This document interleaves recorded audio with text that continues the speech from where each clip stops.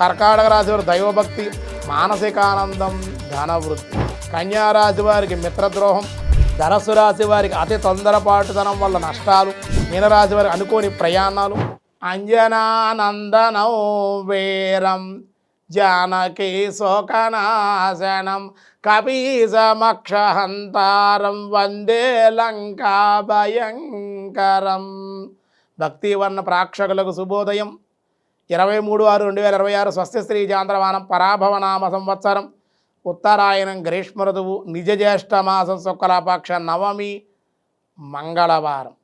నవమి రాత్రి 7:41 వరకు, హస్తా నక్షత్రం మధ్యాహ్నం 3:30 వరకు, వర్జన్ రాత్రి 11:33 1:33 వరకు, దుర్ముహూర్తాలు ఉదయం 8:06 నుండి 8:58 వరకు, రాత్రి 10:55 11:39 వరకు దుర్ముహూర్తాలు ఉన్నాయి.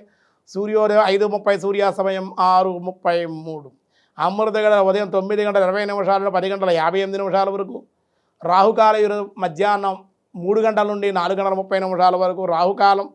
శుభ సమయం లేదు మంగళవారం కావడం వల్ల. వరియన్ యోగం మధ్యాహ్నం 2:13, బాలువ ఉదయం 7:41, కౌలవ కరణం రాత్రి 7:41.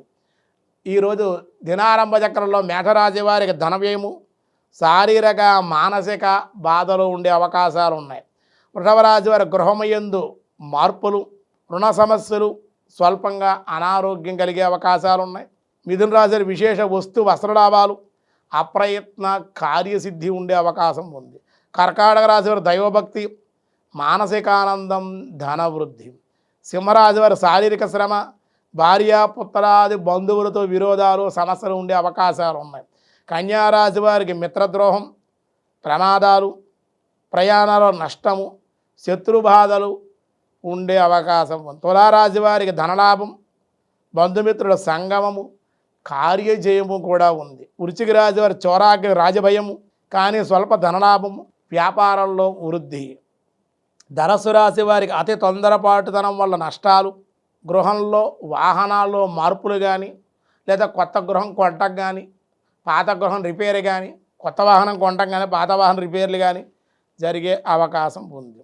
మకర రాశి వారికి రుణములు తీర్చుటకు ప్రయత్నాలు, అనుకూలతలు, అనుకోని ప్రయాణాలు చేయవలసి రావాల్సి వచ్చుట.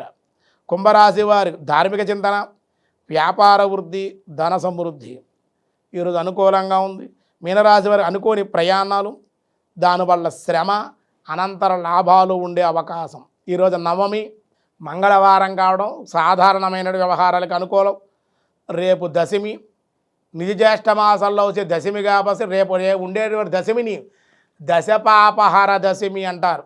అంటే 10 రకాల పాపాలు తొలగించేటువంటి దశమి మొన్న అధిక మాసంలో కూడా వస్తుంది. మళ్ళీ నిజ జ్యేష్ఠ మాసంలో కూడా ఈ జ్యేష్ఠ దశమి స్వామివారి యొక్క గంగాదేవి యొక్క జన్మించిన రోజు కాబట్టి దశపాపహర 10 రకాల దోషాలు గంగా స్నానం చేయడం వల్ల తొలగిపోతాయి. రేపే దశపాపహర దశమి.